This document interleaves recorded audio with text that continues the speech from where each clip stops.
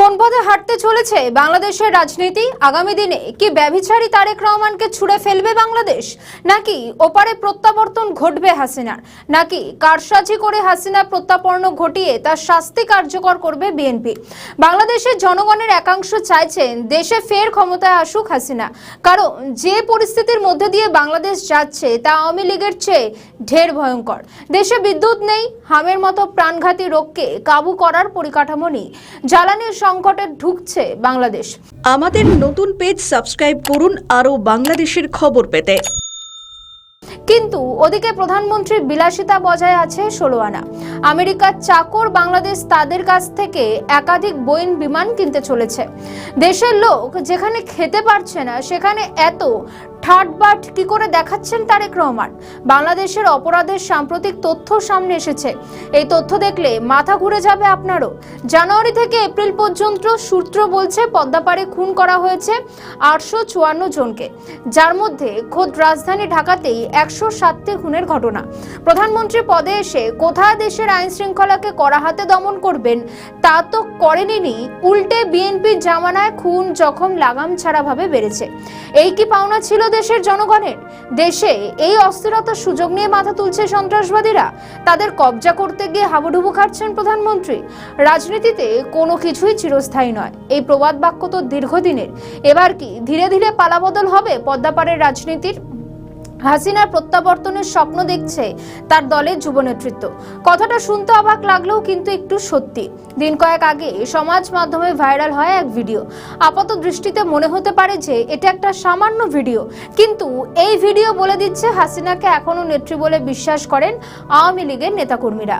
বাংলাদেশের লক্ষ্মীপুর জেলা প্রত্যন্ত কমলনগরের রাতে যুব আওয়ামী লীগের কিছু নেতারা শপথ নিয়েছেন।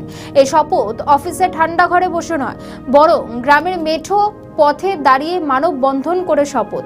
গ্রাম্য এলাকায় মোবাইলে ফ্ল্যাশ জ্বালিয়ে হাতে হাত ধরে শপথ নেন তারা।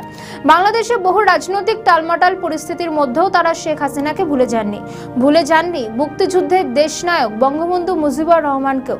গোপনের শপথে তারা প্রতিজ্ঞা করেন আগামী দিনে আমরা দেশনেত্রী শেখ হাসিনাকে আনার।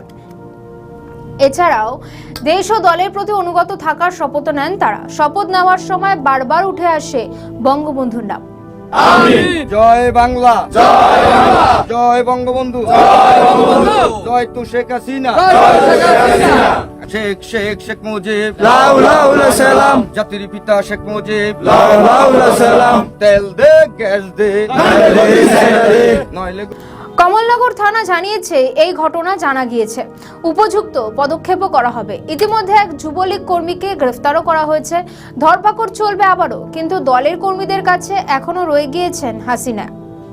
আমি শপথ কইতেছি যে কালকিনি ইউনিয়ন বাংলাদেশ আওয়ামী লীগ ও যুবলীগ মানুষের সেবায় নিজেকে নিয়োজিত রাখবো এবং দেশের প্রতি অনুগত থাকিব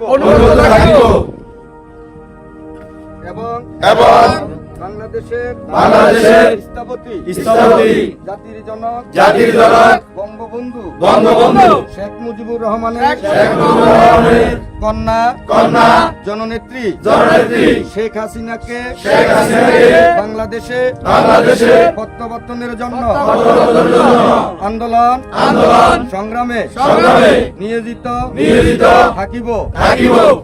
আমাদের নতুন পেজ সাবস্ক্রাইব করুন আরও বাংলাদেশের খবর পেতে।